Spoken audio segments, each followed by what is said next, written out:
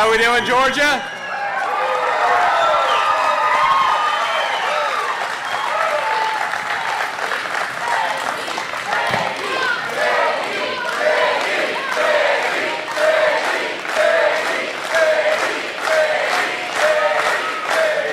Thank you. Please, it's great to be in Peachtree City, and I gotta say, you guys have got a hell of a congressman. How much do we love Brian Jack here in the 3rd District of Georgia? Thank you, Brian.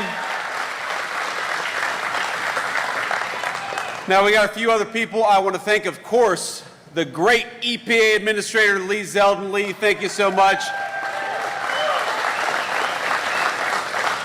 And proud Atlanta native Kelly Loeffler, thank you for all you're doing at the Small Business Administration. All right, you guys are lucky to have a great Trump-endorsed Lieutenant Governor Burt. Burt, good to see you, man. How we doing? Burt greeted me on the tarmac today. He had been on the tarmac, I think, for a few minutes because he was sweating bullets. And that hot Atlanta sun, I felt bad for him. But Burt, thank you. You're going to make a great governor for the state of Georgia. And we're with you every step of the way. Now, I understand we got a little preview. This was my idea. A little preview of the Senate race here in the great state of Georgia. How'd they do, ladies and gentlemen? Do good? Well, let me thank Coach Derek Dooley. Derek, thank you for being here. Let me thank Representative Buddy Carter. Buddy, thank you. Good to see you, man. And of course, the great Mike Collins. Mike, thank you for everything that you do. It's good to see you, man. Now, here's the thing. We're at a great American facility. I want to thank these great workers behind me. I feel bad for these guys because they got to stand up the whole time I'm talking. You guys get to take a seat, and boys, strap in because we're going to be up here for about 3 hours. You give a politician a microphone, and it's always tough. Boys and girls. We've got a few ladies back there, too. But here's the thing. This facility, this manufacturing plant represents what makes America great.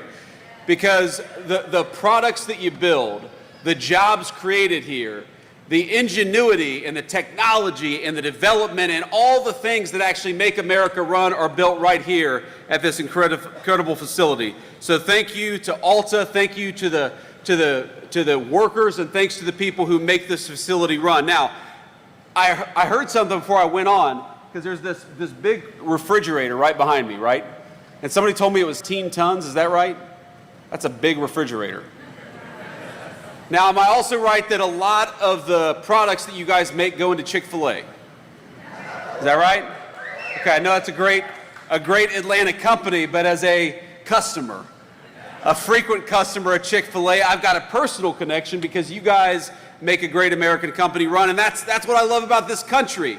When you guys make a great product, it enables more great products to be made. That creates more jobs for our people, that creates more American innovation, and it creates more prosperity for the American worker.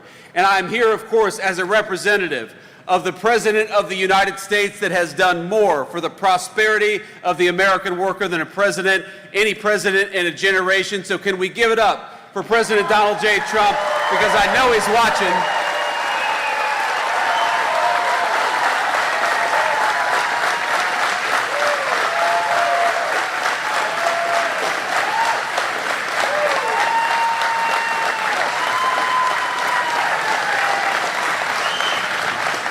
And I know what the president ran on, and what the president cares about is building things right here in the United States of America. It's another reason why I'm proud to be at Alta today.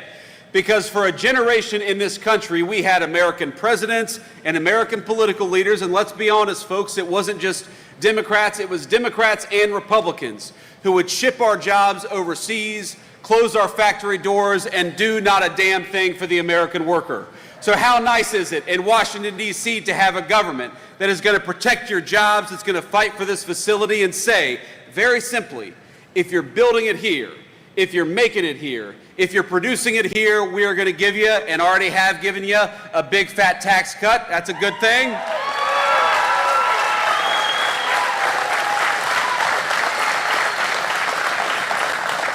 But if you make it overseas, if you try to do something with a foreign worker as opposed to an American worker, if you try to ship our great American jobs and great American factories overseas, then you are going to pay a big fat tariff before you bring that crap back into the United States of America.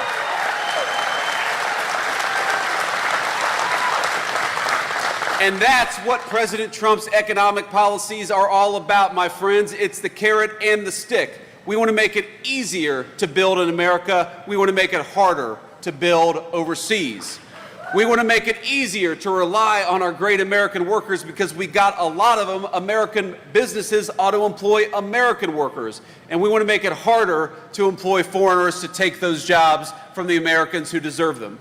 And most importantly, if you're working hard every single day right here in the United States, or if you're building a business right here in the United States, you ought to have a tax code that rewards you instead of punishes you, and that's what happened when we passed the Working Families Tax Cut just a couple of months ago, and of course, Brian Jack was a critical part of that, so you should be proud of your congressman.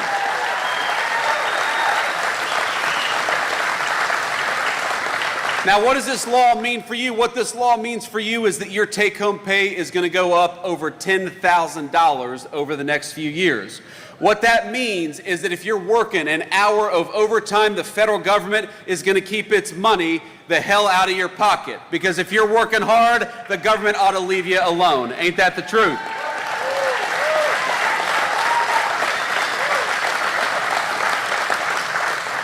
To any single moms out there, any single dads, any people who work hard every single day. I had a single mom, and for a time my mom worked at a restaurant. She waited tables, like a lot of folks out there.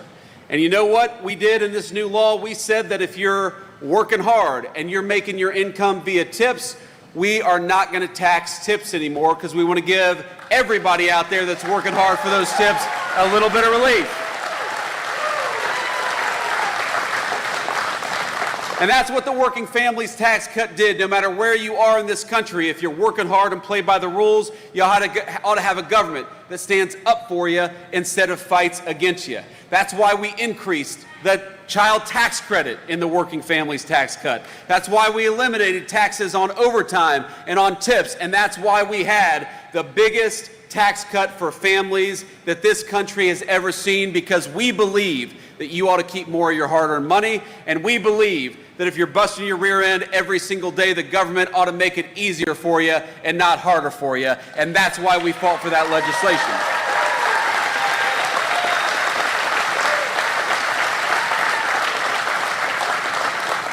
Now, I am just a vice president. I'm just a lowly politician, but I'm going to try my hand at prophecy today, ladies and gentlemen, because I see the future of the state of Georgia, and in about a year, you are not going to be able to turn on the television without Senator John Ossoff pretending that he supported the Working Families Tax Cut when in reality he voted against it. And I saw a TV clip of him today. You know why he said he voted against no taxes on overtimes? You know why he said he voted against no taxes on tips? You know why he said that he voted to raise your taxes by the biggest amount in a generation in this country? Because he's allegedly worried about people getting kicked off their health care. Well, you know what? The President of the United States made a promise, a sacred promise, that the only people who are going to lose access to health care are illegal aliens who shouldn't be in this country to begin with.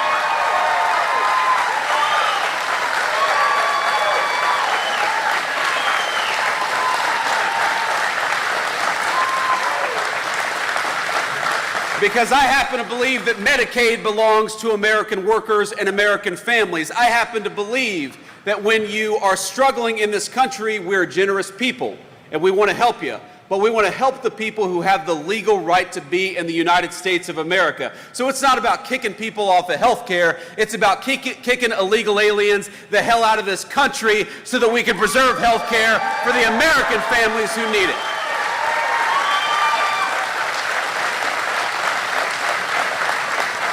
And that's what the Democrats never talk about. That's what they'll never tell you. They'll say, well, Republicans want to do this to health care. They want to do that. They want to do all these terrible things. When in reality, if you look at what the Democrats have done, what they've tried to do is to allow millions and millions of illegal aliens into this country, to give them benefits that ought go by right to American citizens, and then to attack Republicans when we dare to stand up for the American citizens who have the right to be here. So when you watch those TV commercials in a year, and John Ossoff, I tell you, he's going to pretend to be a reasonable moderate. He's actually going to run TV advertisements, I promise you, because I ran against a guy like this in the state of Ohio, where he says that he supported President Trump's agenda. But in reality, while John Ossoff pretends to be a moderate when he comes to Atlanta, he is a far left liberal in Washington, D.C., and that's the only place that it actually counts if you're a United States senator. So why don't we ask John Ossoff, why did you vote to raise taxes?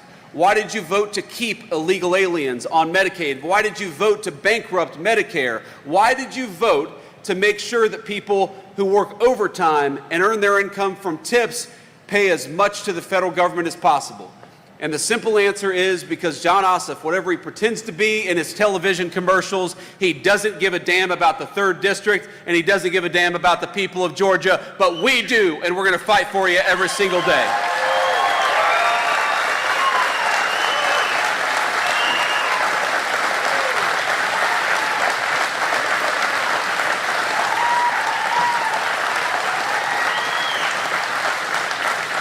Let me just leave you, my friends, with a final thought. I want to thank you all for being out here, and again, thank the folks behind me, the great workers of this facility. And I'll take a few questions. Should I take a few questions from the media? Okay, I'll do that. So we'll take a few questions from our great reporters, hopefully some local reporters back there, but I'm sure some national fake news as well. But, you know, I went to Union Station in Washington, D.C. yesterday. Anybody here ever been to Union Station? Okay. It's a beautiful, beautiful building, really a monument to American greatness. I was walking around, I was looking up at it, these beautiful high ceilings. It looks like something out of a fairy tale. And I remember that 2 years ago, when I took my kids to Washington, D.C.'s Union Station, I actually had a crazy person screaming at my 3-year-old kid.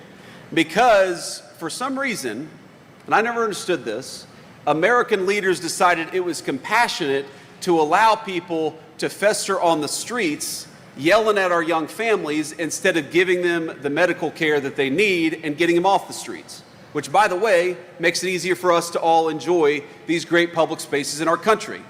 And I haven't been to Atlanta in a little while, at least now with the Secret Service detail. I haven't walked around Atlanta in a little while, but I bet that as great as Atlanta is, and as beautiful of an American city as it is, there are places in Atlanta where you wouldn't take your family today. Is that correct? Just like in Washington, D.C., the national capital of the greatest nation in the history of the world, there are no-go zones where you would not take a young family or you would not take young children. And that's true, I'm sure, all across the state of Georgia, all across our country, because our leaders decided that they would make our streets safe for criminals instead of safe for the people who pay our taxes and keep our communities going. And I think that of all the things that I'm most proud of the president, the thing that I'm most proud about is that he finally put the government to work for the people who actually make this country function and run in the first place. We're cutting taxes for American taxpayers. We're securing the border. We've got 99% reduction in illegal border crossings in this country because we got a president who empowered Border Patrol to keep us safe.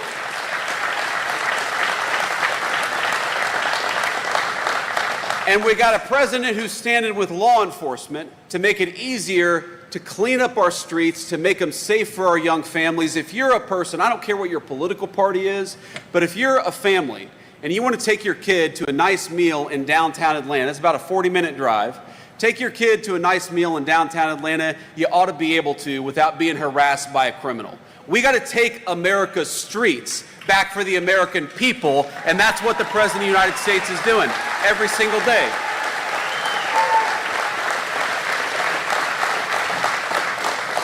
And as a person who grew up in a family where we often struggled with money, you know, it is never the rich people that lack public safety in this country. When we go to war against our cops, when we flood the border with illegal immigration, when we close down great American factories, it is the people the Bible calls the least of us that struggle the most and hurt the most. So I'm proud to be here as your vice president. I'm proud to be here as a representative of President Trump. Thank you. But I'm most proud that we have an administration that is making it easier, whether you're rich or poor, to walk down the street with a semblance of public safety. I'm most proud that we're fighting for the jobs of the people behind me and the jobs of every single working person in this country, and we're fighting to make sure that you pay low taxes instead of a bunch of garbage to the federal government.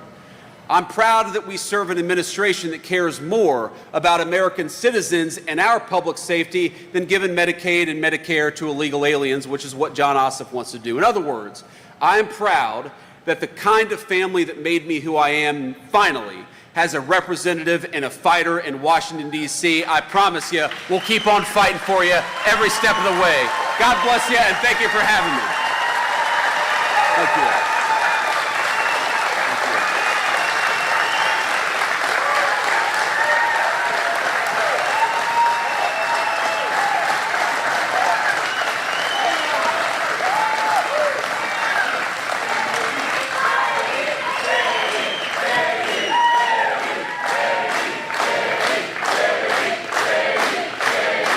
Thank you all. Thank you.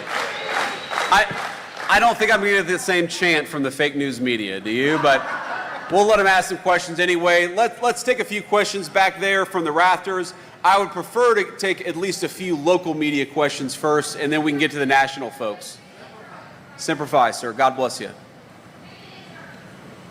I think we have a microphone back there. If we could pass around. Sir, go ahead. Mr. Vice President, I'm Richard Elliott with WSB-TV here in Atlanta. You've heard the criticism from Democrats that making the Trump tax cuts permanent comes at a cost to Medicare, SNAP benefits, and other things like that. How would you answer some of those criticisms by the Democrats? Yeah, well, I appreciate that question. Look, there are a couple of responses to that criticism. First of all, the only people that we say should not get free government health care benefits are illegal aliens and those who refuse to try to even look for a job.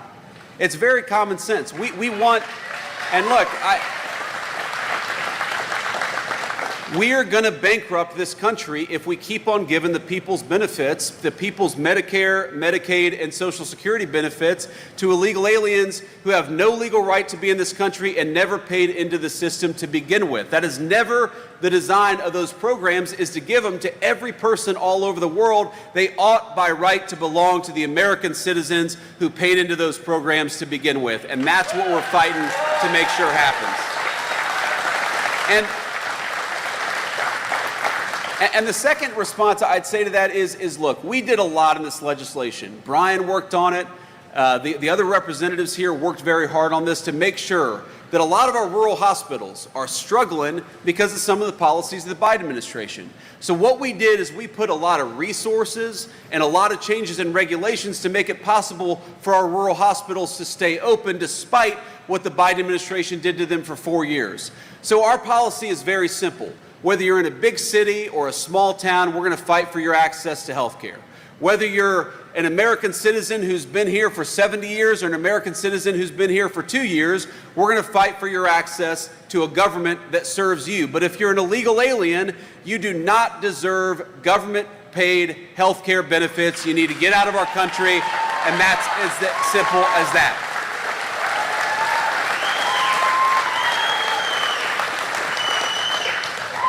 Next question.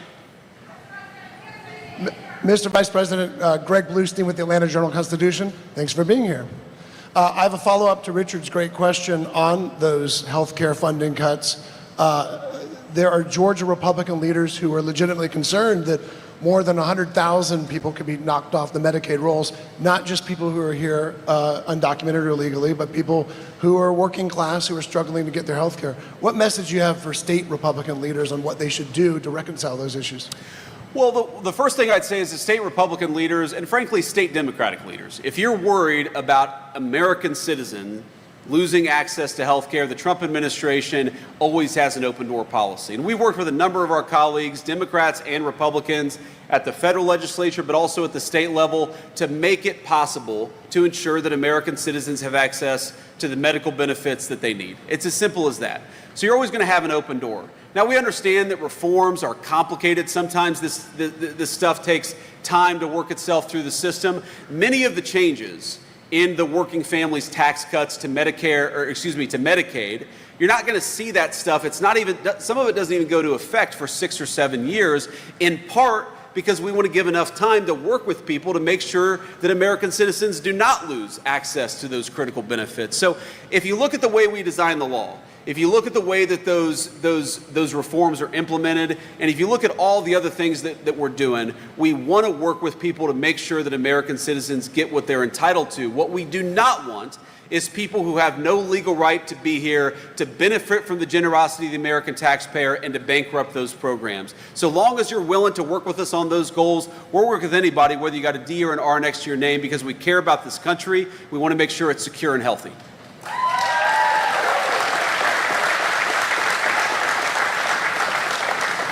Next question. We had a couple hands back here, but okay, we got a school back there. We do. Okay, well, let's get them a microphone. My name is Virgil Garrett. Thank you, Mr. Vice President. Of course, thank you. I'm here with the Central Educational Center, CCS-TV. The CEC is a college and career academy focused on training high school students to enter technical and trade industries. Can you tell us how the big, beautiful bill will impact us and our prospective jobs? And also, how is the administration focusing on schools like ours? So tell me, is it, you say your name was Virgil? Virgil, tell me a little bit more about your school. Central Educational Center, we have classes focusing on trade and other industries. We have audio, video, aviation, cosmetology, dentistry, and students have Got the it. option. Yeah. Okay, thank you. He asked me, Virgil, you asked me to comment on the school. I figured I should learn a little bit about it. I should learn a little bit about it before I commented on it, but I appreciate the clarification there. I mean, our proposal and our principle in the Trump administration is quite simple. We want Americans to be able to pursue their American dream. Whether that means going to a trade school or going to a 4-year education, going to the military, we want to give you as many options as possible. And what happened for a long time in this country is that you had both parties, both sets of leaders saying, no, no, no, no. The only pathway that we're going to fund, the only pathway we're going to help you with is if you want to get a 4-year degree. If you want to get a 4-year degree, great. But if you want to be a plumber or an electrician or a pipe fitter, your government ought to fight for you too. And that's exactly what we want to make happen.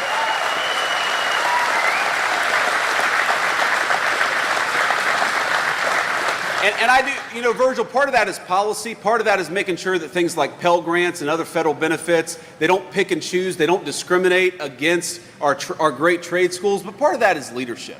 And I think it's important for those of us who are in positions of leadership to say that, you know, there are so many great careers that require you use your hands and your head at the same time, where you can earn a great living, you can build something great for your fellow citizens and people in your community. We're not going to have enough housing. We're not going to have plumbing that works. We're not going to have lights that turn on unless we've got enough people going into our trade schools. We got to have more kids doing it, more young people doing it, because they're the ones building the American dream of home ownership. They're the ones building the future, and we're going to fight for you every step of the way. Thank you for your question, Virgil.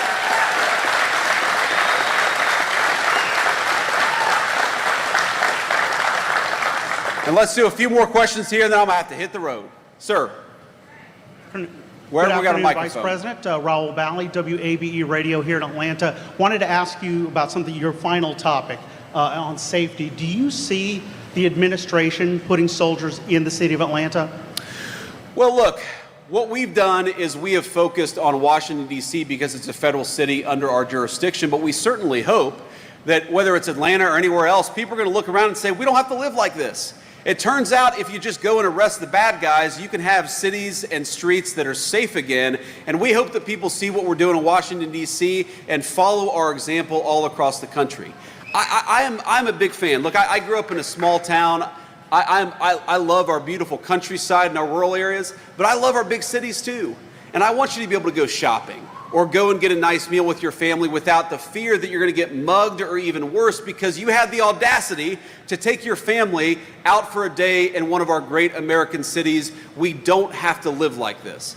All we need is politicians who actually care more about public safety for American citizens than they do for violent criminals. In Washington, D.C., in 10 days of what Donald Trump has done in Washington, D.C., did you know armed robberies are down 55% in our nation's capital? It's amazing.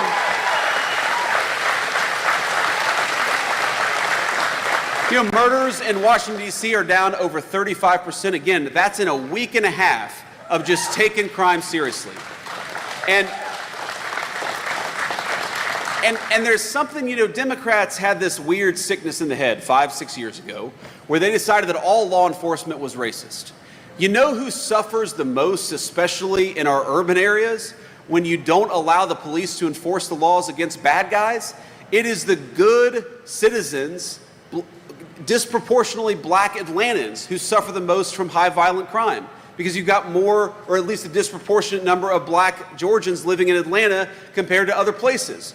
So when you empower police to prosecute violent criminals, that's not racism, that's empowering everybody, black or white, to live safely in their communities, and that should be the God-given right of every American citizen to walk down the street in safety and comfort. God bless you, sir. Next question. President, thank you for answering our questions. I'm Doug Reardon with Atlanta News First. I know you're here to talk about business and manufacturing. I wanted to ask you about the spending bill's impact on individuals. There was a nonpartisan Congressional Budget Office report that came out last week showing that the bottom 10%, the poorest Americans, would lose about $1,200 a year on their income, while the top 10%, they would add about $13,000 annually to their income. Can you justify for those poorest Americans those differences? Well, first of all, the Congressional Budget Office, sometimes they put out reports that are absolutely atrocious, and I think this is a good example of a very atrocious report. The most important thing for people who are living at the bottom of the income ladder is that they not pay taxes on their income sources. So if you're working hard and you're working overtime, you're going to get a big fat tax cut. If you're working at a restaurant or some other business where you're earning your wages primarily through tips, you're going to get a big fat tax cut. And most importantly, the president's economic policies are going to prevent your job from being shipped off to Asia or to Mexico. That is the very best thing for people at the bottom of the income ladder. And that's why we have the economic policies that we do. If you go back 50, 60 years, what is the fastest period for blue-collar wages rising in the United States of America? It is the time that we are living in right now, thanks to the economic policies of Donald J. Trump. You know what the worst thing for people at the bottom of the income ladder is? It's when you flood the country with millions upon millions of illegal aliens and force our poor Americans to compete for jobs against low-wage foreigners who don't even have the legal right to be here. That is what destroys the wages and the livelihoods of people who are struggling in this country. We want to empower them to live the American dream. That's why we're protecting their jobs, lowering their taxes, and fighting to make their country safe again.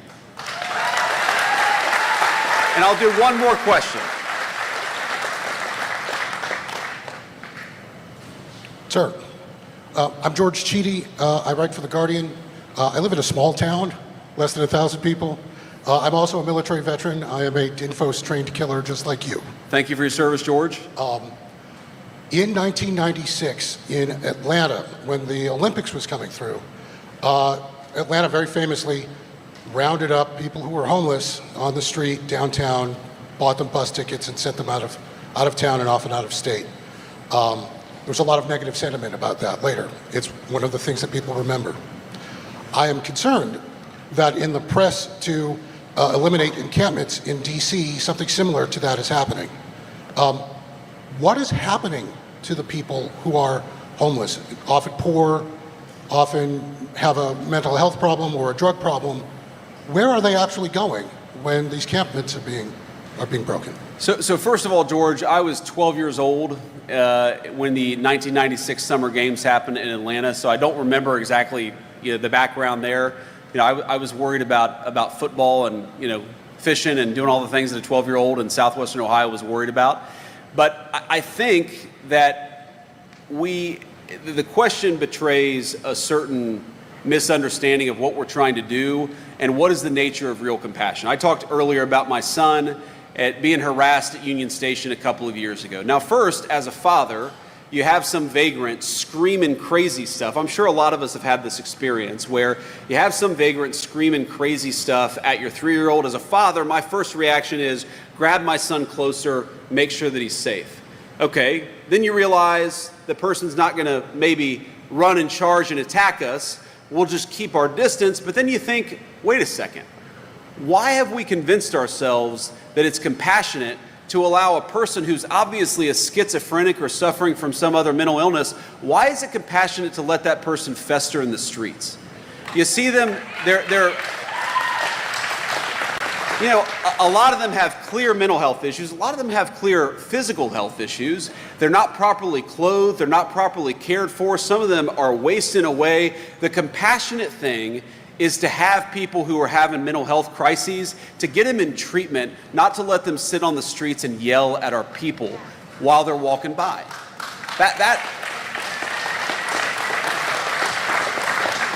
And so the president actually signed an executive order to make it easier for some of these people to get access to mental health treatment. And I don't know for the life of me what happened in this country where we decided that the compassionate thing was to let somebody fester on the streets instead of get the treatment that they need. It's very simple to me.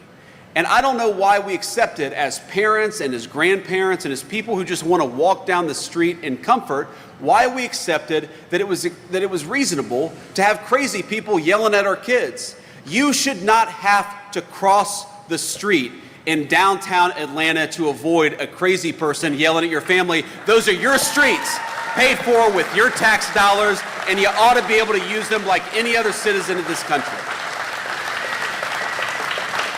So let me close. I know I said that was the last question, so let me just close with this thought. There are a number of things I could say about President Trump's leadership and a number of things I could say about what we're trying to accomplish in the Trump administration. Put very simply, we're trying to make America great for Americans again. When you hear that phrase, make America great, we want you as a taxpayer, as a worker, as a business owner, we want you to be able to enjoy the incredible benefits and bounty of the United States of America. This country was built by your grandparents, by your parents, by your forebears. You ought to have the right to live a good life in this country that wouldn't even exist were it not for the hard work of so many generations who came before us. They didn't put in that work. They didn't build this great country. They didn't carve the greatest civilization in the history of the world out of a wilderness so that their ancestors and their descendants could see it fall into disrepair. They did not build, look at Atlanta, it's a beautiful city. It's one of the most beautiful cities anywhere in the world. The people who built Atlanta did not build it so that you would not be able to walk down the streets of Atlanta safely at night. They built it so that you could enjoy it. They built this country so that we could make an even greater America out of it. And the policies of the Trump administration are meant for one simple reason, to empower you to live a great life in this country that all of us love. We've got a lot of work done in the last 7 months. We're going to do a hell of a lot more work in the next 3.5 years, and we're going to fight for you every single step of the way. God bless you, and thank you for having me here in Peachtree City.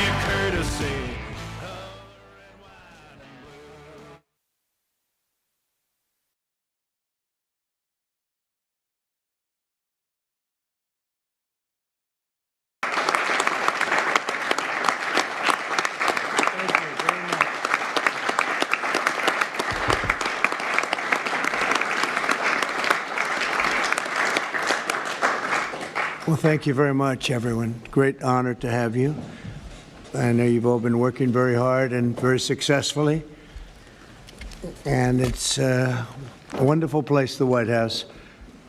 I want to begin. Is Johnny here from World Cup? I want to thank you for the selection. And they just had a presentation in the Oval Office, and I thought this was such a beautiful, this is the trophy. This is the big deal. The World Cup is the biggest sporting event. And Johnny Infantino was my friend for a long time, and during my first term, we worked out a deal to get the World Cup, and then because of lots of interesting things that happened, I ended up being president when it showed up. I was always disappointed.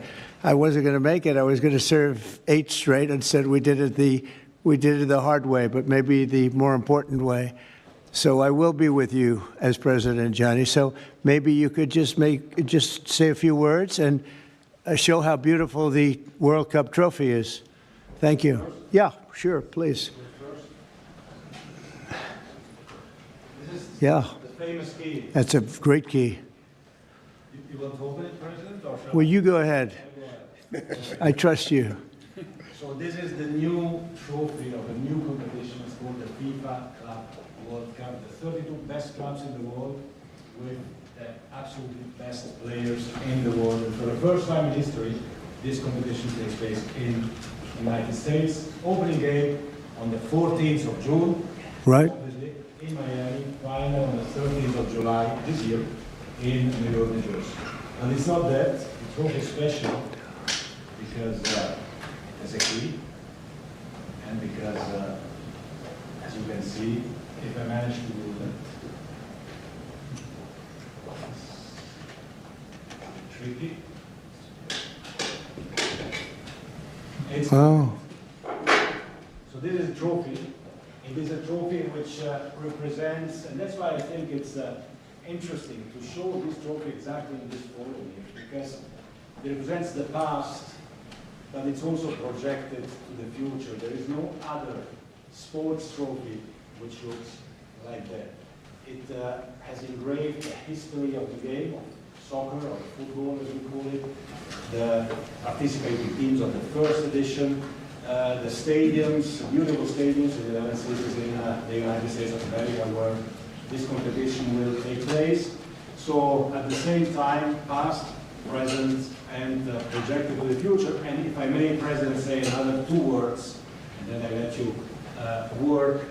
I would like to congratulate the President and the administration for, not only for the World Cup, the Club World Cup, the World Cup, and the great work done, but also for this initiative that you are speaking about here. If I may add something in this respect, I'm not an expert at all, but FIFA, as you know, is a brand which is globally known, a very strong brand. The soccer economy in the world is worth around 270 billion a year. 70% of that, Mr. President, is in Europe. So imagine the potential that there is around the world only in soccer if we develop it. And so FIFA is very, very interested under my presidency to develop a FIFA coin, to do it from here, from America, and to conquer the 5 billion soccer fans in the world. So if there is anyone here who is interested to team up with FIFA, here we are, together with the United States of America, and we will conquer the world of soccer with the FIFA coin. Thank you. Thank you. That coin, that's right. That coin may be worth more than FIFA in the end. It could be quite a coin, actually. Huh? Anyway, thank you, Johnny. Great job. I just thought you should see this trophy because it's really, it's the biggest sporting event in the world, and we have it here, and we appreciate being selected. Thank you very much, Johnny. You do a fantastic job. And welcome to the first ever White House Digital Assets Summit. I know that many of you have been fighting for years for this, and it's an honor to be with you at the White House. I want to thank the White House AI and crypto czar David Sachs, Treasury Secretary. This is David right here, in case you don't know. You know David. And a man who's doing a great job as Secretary of Treasury, Scott Bessent, who's right here. Scott, thank you very much. Commerce Secretary Howard Lutnick, wherever you may be, Howard. Hi, Howard. He's doing some interesting work right now with all that's going on. He's right in the middle of it and doing a great job. Thank you. SBA Administrator Kelly Loeffler, And thank you. SEC Commissioner Hester Pierce. Thank you, Hester. Acting CFTC Chairman